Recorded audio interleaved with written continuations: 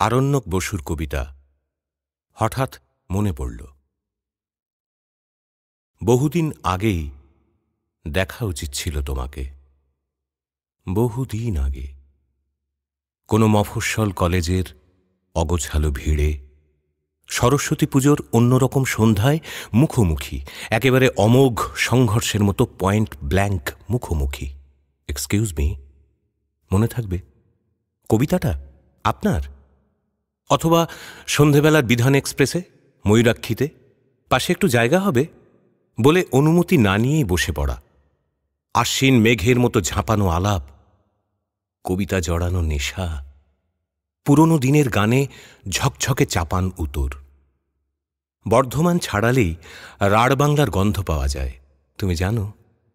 ছোট ছোট পলাশের গাছ বলে দেবে, একটু এগোলেই টিলা শুরু, তারপরে জঙ্গল, দূরে কাছে আদিবাসী গ্রাম। তুমি সেই জঙ্গল ওপড়ানো শহরের মেয়ে, নাকি আরণ্যকের রাজকন্যা? দামোদরে বেড়াতে ব্যারেজের নিচে, ওপারে বাঁকুড়ার গ্রাম গ্রামান্তর উধাও ধুলোর পথ গিয়েছিলে কোনোদিন স্বপ্নে? শুশুনিয়া, সোনামুখী, জঙ্গলে ঢাকা ঝকঝকে পথে রাতের অন্ধকার চিরে স্কুটারে চেপেছ? ভবানী পাঠকের টিলায় পিকনিকের দলে ছিলে নাকি শ্রাবণ পূর্ণিমায়? তবে আমি কাকে দেখলাম ৮৪ বর্ষা ভেজা ডিভিসির মোড়ে? এতদিনে এই দীর্ঘ প্রতীক্ষার শেষে কেন দেখা দিলে দীনতম এ কবির ছিন্ন কাব্যমালা?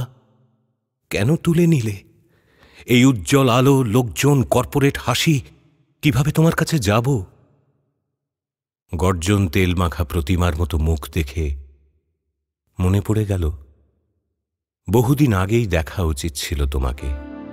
নীল তারা, ব্যারেজের নিচে পিকনিকে, ডিগ্রি কলেজে, শ্রীপঞ্চমী সন্ধ্যের অগোছালো ভিড়ে, খোলা চুল, উজ্জ্বল টিপ, অচেনা পারফিউম। যে সন্ধ্যের সব নারী স্বর্গভ্রষ্ট হয়ে নেমে আসে পৃথিবীর সদ্যজাত কবির আঙুল ছুঁতে। সেদিনই তোমাকে দেখেছি নীল তারা, প্রথম দেখেছি। বাকিটা সেদিন হলো আলাপচারিতা নন্দন চত্বরে।